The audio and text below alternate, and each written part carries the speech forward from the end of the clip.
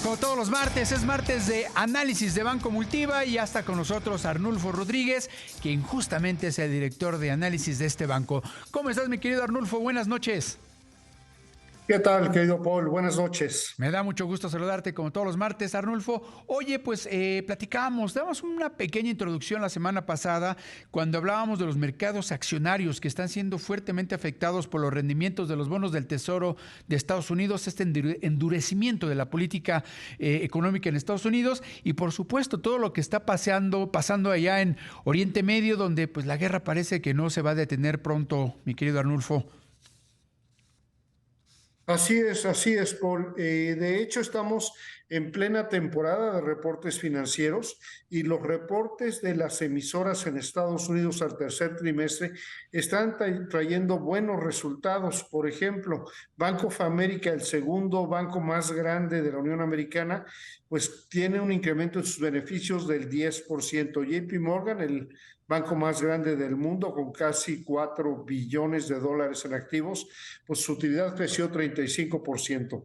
Pero a pesar de estos buenos resultados, no estamos viendo que las acciones lo reflejen, no en la intensidad que se debería. Y esto es por el costo de oportunidad, ese concepto que te dice que, bueno, pues sí podrá ir muy bien, pero aquí hay incertidumbre y riesgo.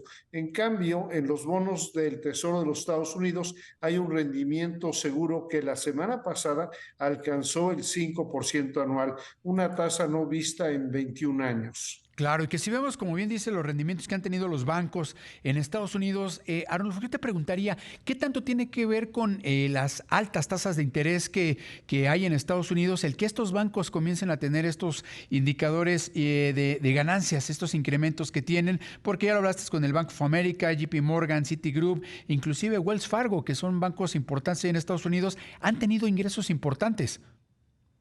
Efectivamente, bueno, es lógico, ellos cobran en función de la tasa de interés y la tasa de interés está muy alta.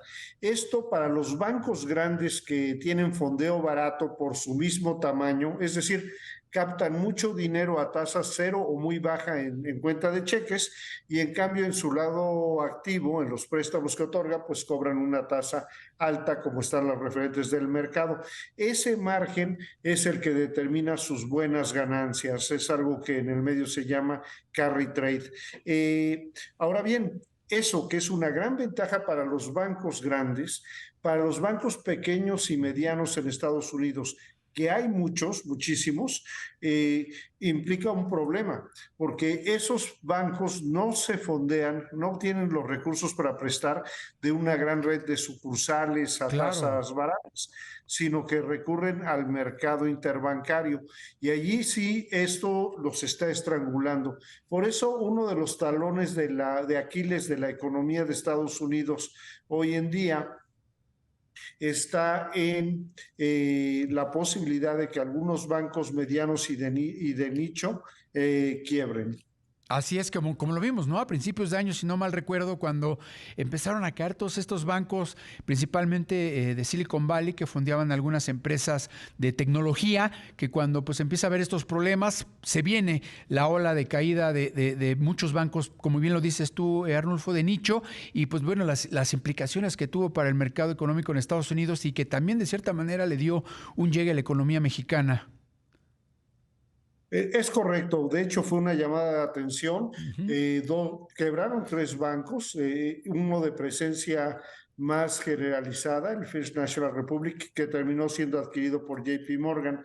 Y ese es un poquito el dilema que enfrenta la Reserva Federal. Subir más las tasas para acabar de controlar la inflación puede implicar quiebras bancarias en bancos pequeños y medianos.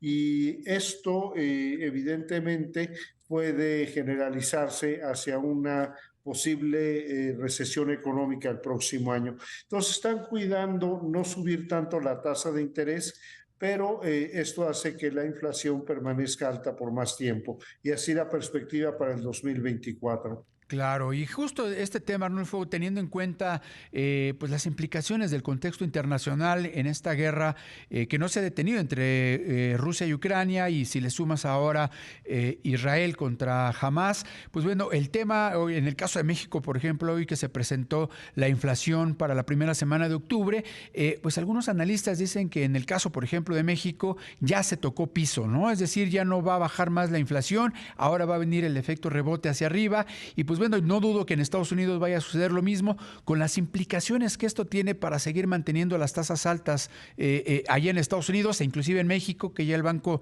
Central dijo que va a mantener la tasa de referencia en 11.25 hasta mediados de 2024, y pues bueno, las implicaciones que tiene eso para los mercados accionarios, Arnulfo.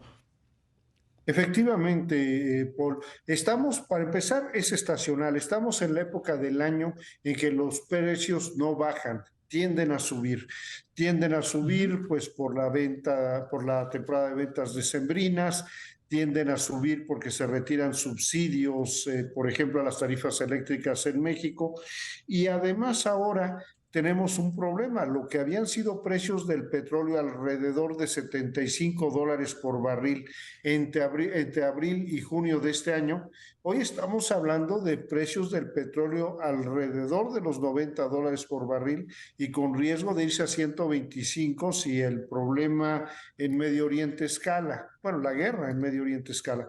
Entonces, tenemos una situación muy adversa. Nuestros modelos en Multiva anticipan efectivamente un cierto rebote de inflación en los próximos meses, nada exagerado, pero sí una inflación que va a subir un poquito antes de volver a bajar el próximo año. Y en este orden de ideas, creo que el consenso del mercado es ni la Reserva Federal ni el Banco de México van a bajar su tasa en lo que resta de este año y durante el primer semestre del 2024. Así es, y pues esperando un año complicado el próximo año, teniendo en cuenta pues todo este escalamiento que, como bien lo dices, estamos viendo de algunos problemas mundiales como la guerra entre Israel y Hamas, el tema de Rusia y Ucrania, lo que se viene en esta disputa sociopolítica entre Estados Unidos y China, que sigue afectando las cadenas de suministro, y pues bueno, un 2024 que no se ve nada bueno para la economía mundial, Arnulfo, y a pesar de ello, pues bueno, la economía mexicana resistiendo. Sí, mira, es correcto. De hecho, creo que se ve complicado en términos financieros. Es para los mercados financieros que se ve un año complicado el 2024.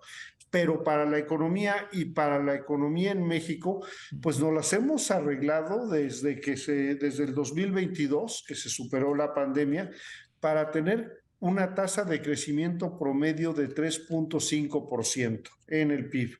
Lo podemos ver en el IGAE, que es la aproximación mensual del PIB, lo podemos ver en el PIB trimestral. La economía de México está creciendo bien y fuerte. Entonces, el problema será más financiero que económico, porque además es muy interesante que el crecimiento económico viene jalonado por tres motores y cuando uno se alenta, el otro avanza y si dos se paran, como está siendo un poquito el caso, pues hay un tercero que va a toda fuerza que había estado totalmente parado. ¿A qué me refiero?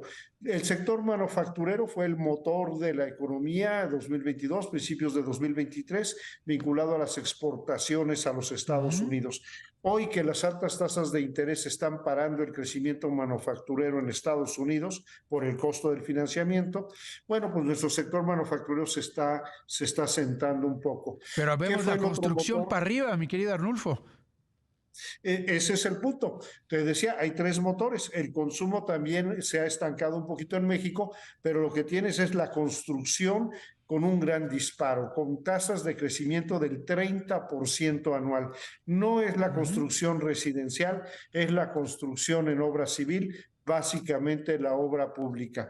El gobierno está haciendo un esfuerzo masivo de inversión en infraestructura, no solo sus proyectos emblemáticos, sino que parece que quieren entregar lo que dejó pendiente Peña Nieto, lo que dejó pendiente Calderón y hasta si nos descuidamos lo que haya dejado pendiente Fox.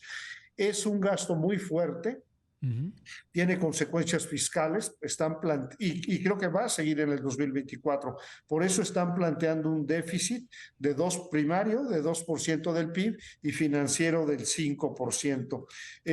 Y además, con la posibilidad de salir impunes de ese déficit por el gran deterioro que hay en las finanzas públicas en otros países que lo que están enfrentando es una economía de guerra, empezando por los vecinos del norte. Así es, mi querido Anulfo. Pues bueno, ya estaremos platicando el próximo martes sobre estas perspectivas para el próximo año. Yo te mando un fuerte abrazo y como siempre te agradezco mucho tu participación de los martes, Arnulfo. Gracias, un placer saludarte, Paul. Muchas gracias.